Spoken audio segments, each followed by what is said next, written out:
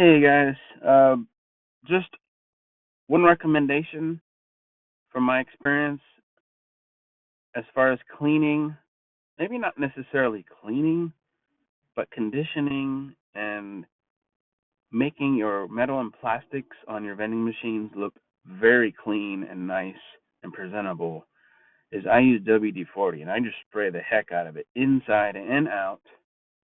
Okay, if I need a heavy cleaning, which like I mentioned before, I try not to buy stuff that needs too much cleaning. But if I do, I use a steamer, and I also use Simple Green if I really need to get it clean. But most of the times, just spraying it down inside and out with WD-40 makes a huge difference. Give it a try, and I will talk to you guys later. Bye bye.